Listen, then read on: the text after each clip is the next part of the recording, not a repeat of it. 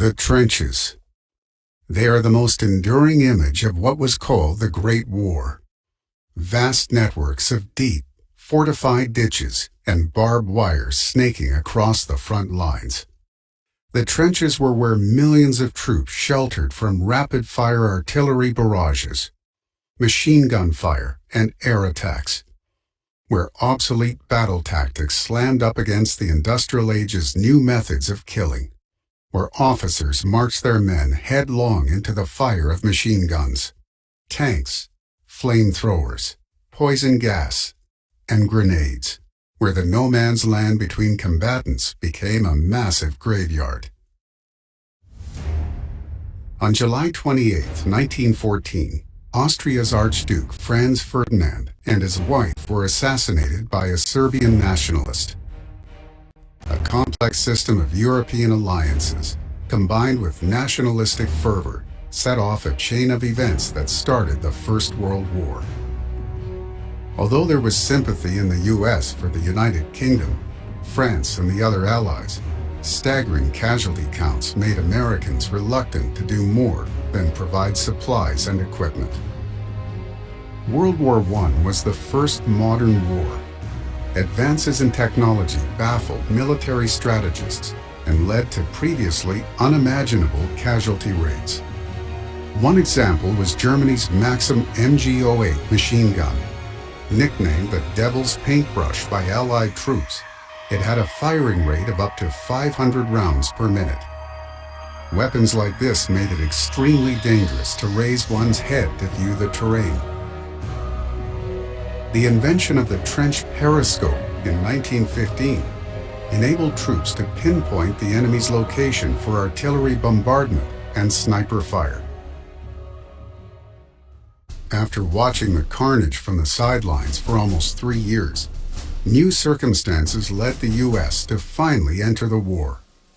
First, Germany resumed unrestricted submarine attacks on Atlantic shipping. Then, British intelligence intercepted German proposals to Mexico, offering territory in the southwest U.S. in exchange for their support.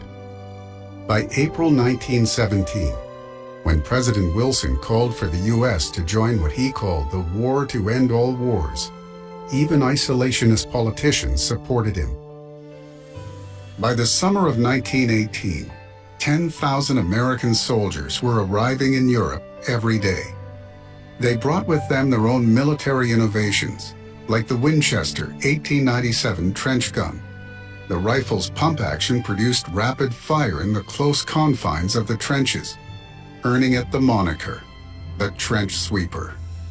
The fighting in the trenches was not constant, however. Pauses in battle could last weeks, even months. Soldiers alleviated boredom by creating trench art. Small pieces like knives, letter openers, and jewelry were made from spent shell casings. Amidst the inhumanity of war, soldiers created objects of beauty from the detritus of the battlefield to remind themselves of their own humanity. But the fighting would always start again. To escape the chaos and brutality, some soldiers shot themselves to get pulled from the front lines. General Pershing decreed anyone who did so must wear a yellow SIW armband for self-inflicted wound. It was the soldiers' badge of cowardice.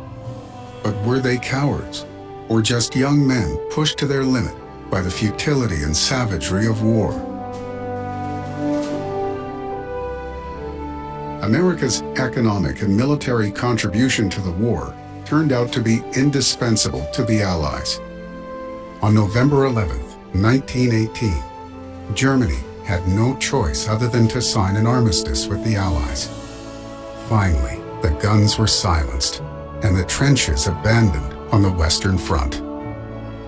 4 years of horrific combat and the loss of nearly 10 million lives.